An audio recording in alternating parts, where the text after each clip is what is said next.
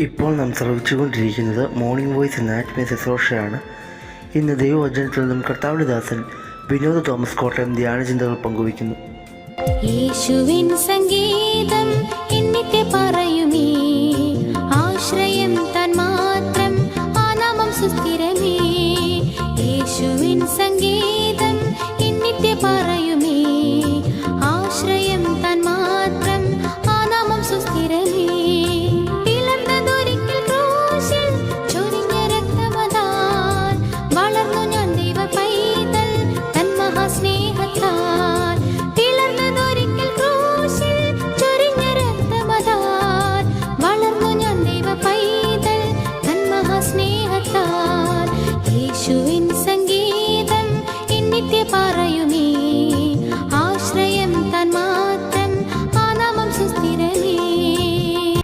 ദൈവനാമത്തിന് മഹത്വം.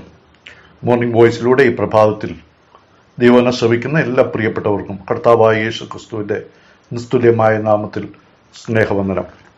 1 തെസ്സലോനിക്കർ 5-ാം അധ്യായത്തിന്റെ 11-ാമത്തെ വാക്യം, ആകയാൽ നിങ്ങൾ ചെയ്തു വരുന്നത് പോലെ അന്യോന്യം പ്രബോധിപ്പിച്ചും തമ്മിൽ ആത്മീയ വർധന വരുത്തുകയും പോരുവീൻ. ആകയാൽ എന്നുള്ളതിന്റെ അടിസ്ഥാനം മുമ്പിൽ പറഞ്ഞിരിക്കുന്ന വാക്യത്തിന്റെ അടിസ്ഥാനത്തിലാണ്. മുമ്പിൽ പറഞ്ഞിരിക്കുന്നത് നാം കഴിഞ്ഞ ദിവസം ചിന്തിക്കുകയുണ്ടായി. ദൈവം നമ്മെ കോപത്തിനായിട്ടല്ല, നാം ഉണർന്നിരുന്നാലും ഉറങ്ങിയാലും കർത്താവിനോടുകൂടെ ജീവിക്കുവാൻ തക്കവണ്ണമുള്ള രക്ഷയെ പ്രാപിക്കുവാനായിട്ടാണ് നിയമിച്ചിരിക്കുന്നത്. അതുകൊണ്ട് നാം രക്ഷിക്കപ്പെട്ട് ദൈവസന്നിധിയിൽ എത്തും എന്നുള്ളതുകൊണ്ട് എന്ത് ചെയ്യണം? വെറുതെ ഇരിക്കുവാനല്ല ദൈവം നമ്മെക്കുറിച്ച് ആഗ്രഹിക്കുന്നത്. നാം ചെയ്തു പോരേണ്ട കാര്യം എന്താണെന്ന് ഇവിടെ പൗലോസ് പറയുകയാണ്.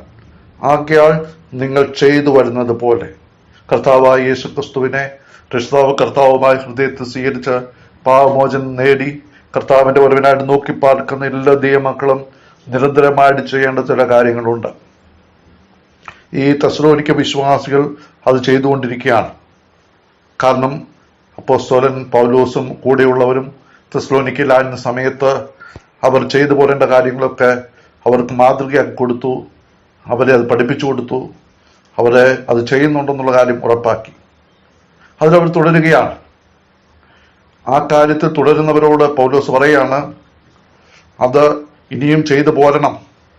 എത്രത്തോളം ചെയ്തു പോരണം? എപ്പോഴാണോ കർത്താവ് വന്ന് നമ്മെ ചേർക്കുന്നത്, അതെപ്പോൾ വേണമെങ്കിലും സംഭവിക്കാം. കർത്താവിന്റെ വരവ് വരെ, കർത്താവിന്റെ കാഹളധ്വനി വാനിൽ കേൾക്കുന്നത് വരെ നമ്മുടെ ഉത്തരവാദിത്തങ്ങൾ നിറവേറ്റി പോകുവാൻ ദൈവം നമ്മെക്കുറിച്ച് ആഗ്രഹിക്കുന്നു. ദൈവത്തിന്റെ ആത്മാവ് അത് രേഖപ്പെടുത്തിയിരിക്കുക. എന്താണ് അവർ ചെയ്യേണ്ടത്? അവർ ചെയ്തു വരുന്നത് എന്താണ്? അന്യോന്യം പ്രബോധിപ്പിച്ചും തമ്മിൽ ആത്മീയ വർധന വരുത്തുകയും പോരുവീൻ. അന്യോന്യമുള്ള ഉത്തരവാദിത്തങ്ങളുണ്ട്. കർത്താവായ യേശു ക്രിസ്തുവിന്റെ വരവിനുള്ള ബന്ധത്തിൽ ഓരോ വ്യക്തിക്കും വ്യക്തിപരമായ ഉദ്ദേശമുണ്ട്. എന്നാൽ സഭയോട്, മറ്റു വിശ്വാസികളോടുള്ള ബന്ധത്തിലുള്ള ഉത്തരവാദിത്വങ്ങളുമുണ്ട്. അതാണ് ഇവിടെ പറയുന്ന അന്യോന്യം ചെയ്യേണ്ട കാര്യങ്ങളുണ്ട്. അന്യോന്യം പ്രബോധിപ്പിക്കണം, അന്യോന്യം പ്രോത്സാഹിപ്പിക്കണം, അന്യോന്യം ഉത്തേജിപ്പിക്കണം. ആരും ക്ഷീണിച്ചു പോകാൻ പാടില്ല, തളർന്നു പോകാൻ പാടില്ല, ആരും പിന്മാറിപ്പോകാൻ പാടില്ല. എല്ലാവരെയും ഉത്തേജിപ്പിച്ച് മുന്നോട്ട് കൊണ്ടുവരണം. അതാണ് പ്രബോധിപ്പിക്കുക എന്നതുകൊണ്ട് അർത്ഥമാക്കുന്നത്. എന്തിനാണ് പ്രബോധിപ്പിക്കുന്നത്? തമ്മിൽ ആത്മീയ വർധനവും ഉണ്ടാകണം. പ്രബോധനം മൂലം വിശ്വാസികൾക്ക് എല്ലാവർക്കും ആത്മീയമായിട്ട് വർധനവുണ്ടാകണം. അഥവാ ആത്മീയമായിട്ട് വിശ്വാസികൾ പണിയപ്പെടണം. വിശ്വാസികളുടെ ആത്മീയ ജീവിതത്തിന് വളർച്ച ഉണ്ടാകണം. ഒരു കെട്ടിടം പണിയുന്നത് പോലെയുള്ള പണിയാണ്. നമുക്കറിയാം, ആദ്യം തറ കെട്ടുന്നു, പിന്നെ ഭിത്തി കെട്ടുന്നു, അവസാനം മേൽക്കൂര പണിയുന്നു, അതിനുശേഷം അതിന്റെ ബാക്കി മെയിൻ്റനൻസ് എല്ലാം പണിത് മനോഹരമായ ഒരു കെട്ടിടമാക്കി മാറ്റുന്നത് പോലെ പടിപടിയായി ചെയ്യുക എന്നുള്ളതാണ് ഇവിടെ അർത്ഥമാക്കുന്നത്. എന്തൊക്കെ കാര്യങ്ങളിലാണ് വിശ്വാസികൾ അന്യോന്യം പ്രബോധിപ്പിക്കേണ്ടത്? ദുഃഖത്തിലായിരിക്കുന്നവരെ ആശ്വസിപ്പിക്കുക, അവർക്ക് സമാധാനവും സന്തോഷവും പകർന്ന് അവരെ പ്രത്യാശയുള്ളവരാക്കി നിർത്തുക. വേർപെട്ട പ്രിയപ്പെട്ടവര്, അവരോട് ദുഃഖിക്കേണ്ട, അവരെ വീണ്ടും കാണാം.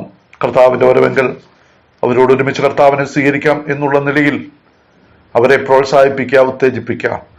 കഷ്ടതയിലൂടെ കടന്നു പോകുന്നവരെ ഈ കഷ്ടത ഉണ്ടാകുന്ന മൂലം ഉണ്ടാകുന്ന ആത്മീയ പ്രയോജനങ്ങളെയും ആ നിമിത്തം സ്വർഗത്തിൽ ലഭിക്കുന്ന പ്രബോധനങ്ങളെയും പ്രതിഫലങ്ങളെയൊക്കെ അവരെ ചൂണ്ടിക്കാണിച്ച് കഷ്ടത സഹിക്കുന്നവരെ കഷ്ടതയിൽ ക്ഷീണിച്ചു പോകാതെ കഷ്ടത നിലനിൽപ്പാൻ കഷ്ടം സഹിച്ച കർത്താവിനെ നോക്കിക്കൊണ്ട് ഓട്ടം സ്ഥിരതയോടെ ഓടുവാൻ പ്രബോധിപ്പിച്ച് അവരെ ഉത്തേജിപ്പിക്കുക.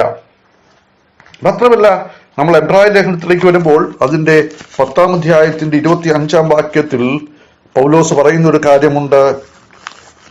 ആകയാൽ നിങ്ങൾ എന്ത് ചെയ്യണം? തമ്മിൽ പ്രബോധിപ്പിച്ചും സ്നേഹത്തിനും സൽപ്രവൃത്തികൾക്കും ഉത്സാഹം വർദ്ധിപ്പിപ്പാൻ അന്യോന്യം സൂക്ഷിച്ചു കൊടുക്കുക. സ്നേഹത്തിനും സൽപ്രവൃത്തികൾക്കും ഉത്സാഹം വർദ്ധിക്കണം. അന്യോന്യം സ്നേഹിക്കുക, അന്യോന്യം സൽപ്രവൃത്തികൾ ചെയ്യുക, അന്യോന്യം ശുശ്രൂഷിക്കുക. ഇതിനുവേണ്ടിയാണ് പ്രബോധിപ്പിക്കേണ്ടത്. നാൾ സമീപിക്കുന്നുവെന്ന് കാണുന്തോറും അധികമായി ചെയ്യേണ്ടതാകുന്നു. കർത്താവിന്റെ വരവ് സമീപിക്കുന്നുവെന്ന് മനസ്സിലാക്കി അധികമായി ഉത്സാഹമുള്ളവരായി തീരണം. സ്നേഹത്തിന്റെ കാര്യത്തിൽ, സൽപ്രവൃത്തിയുടെ കാര്യത്തിൽ, കർത്താവിനെ ആരാധിക്കുന്ന കാര്യത്തിൽ, കൂടിയവർക്ക് ഉത്സാഹത്തോടെ പങ്കെടുക്കുന്ന കാര്യത്തിൽ പ്രബോധിപ്പിക്കണം. ആത്മീയ വളർച്ചയുടെ ലക്ഷണം അതാണ്. ആത്മീയമായിട്ട് വളരുന്ന ആളുകൾ സ്നേഹത്തിൽ വളരുന്നു. അവർ അന്യോന്യ സൽപ്രവൃത്തിയിൽ വളരുകയാണ്, പുറകോട്ട് പോവുകയല്ല. അവർ സഭായോഗങ്ങളെ ഉപേക്ഷയായിട്ട് വിചാരിക്കാതെ അധികമായിട്ട് പങ്കെടുക്കുകയാണ്.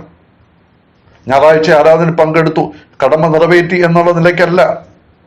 എല്ലാ യോഗങ്ങളും ഉത്സാഹത്തോടെ പങ്കെടുത്ത് കർത്താവിന്റെ വരവിനായിട്ട് ഒരുങ്ങിയിരിക്കുക, അന്യോന്യം പ്രബോധിപ്പിക്കുക, വിശ്വാസികളെ പ്രോത്സാഹിപ്പിക്കുക. മാത്രമല്ല, കർത്താവിന്റെ വരവിനായിട്ട് അന്യോന്യം വിശുദ്ധിയോടെ ജീവിക്കുവാൻ, അവിടുത്തെ സന്നിധിയിൽ വിശുദ്ധ നിഷ്കളങ്കരമായിട്ട് നിൽക്കുവാൻ തക്കോണം അന്യോന്യം പ്രബോധിപ്പിക്കുക. അതുപോലെ കർത്താവിന്റെ വരവിലേക്ക് അനേക ആത്മാക്കളെ നേടുവാൻ അന്യോന്യം പ്രബോധിപ്പിക്കുക. ഒരുമിച്ച് കർത്താവിന്റെ വേല ചെയ്യുക, കർത്താവിന് വേണ്ടി ആത്മാക്കളെ നേടുക. ദൈവസഭയിൽ ചെല്ലുമ്പോൾ പ്രതിഫലം ലഭിക്കുവാനായിട്ടുള്ള ഏക കാര്യം എന്നുള്ളത് കർത്താവിന്റെ വേലയിൽ നമ്മൾ വഹിക്കുന്ന പങ്കാണ്. നമ്മുടെ സമയം, നമ്മുടെ ധനം, നമ്മുടെ കൃപാവരങ്ങൾ, നമ്മുടെ ആരോഗ്യം, അത് നമ്മൾ എത്രത്തോളം കർത്താവിന്റെ വേലയിൽ ഉപയോഗിക്കുന്നു, ആത്മാക്കളെ നേടുവാൻ ഉപയോഗിക്കുന്നു എന്നുള്ളതിന് ആണ് സ്വർഗത്തിൽ പ്രതിഫലം. അതിനുവേണ്ടി അന്യോന്യം പ്രബോധിപ്പിക്കുക, കർത്താവിന്റെ പേരിൽ വർദ്ധിച്ചു വരുവാൻ അന്യോന്യം പ്രബോധിപ്പിക്കുക, അന്യോന്യം ആത്മീയ വർധന വരുത്തുക. അങ്ങനെ വരുമ്പോൾ നമ്മൾ കർത്താവിന്റെ വരവിന് വേണ്ടി ഒരുങ്ങുകയാണ് എന്നുള്ളതാണ്. അങ്ങനെയുള്ളവർ ഒരിക്കലും ആത്മീയമായിട്ട് മന്ദതയുള്ളവരായിരിക്കത്തില്ല. അങ്ങനെയുള്ളവർ ഒരിക്കലും ആത്മീയമായിട്ട് ഉറക്കത്തിലായിരിക്കത്തില്ല. ഇതൊന്നും ചെയ്യാതിരുന്നു കഴിഞ്ഞാൽ ആത്മീയമായിട്ട് മന്ദതയും മയക്കമൊക്കെ ഉണ്ടാകും.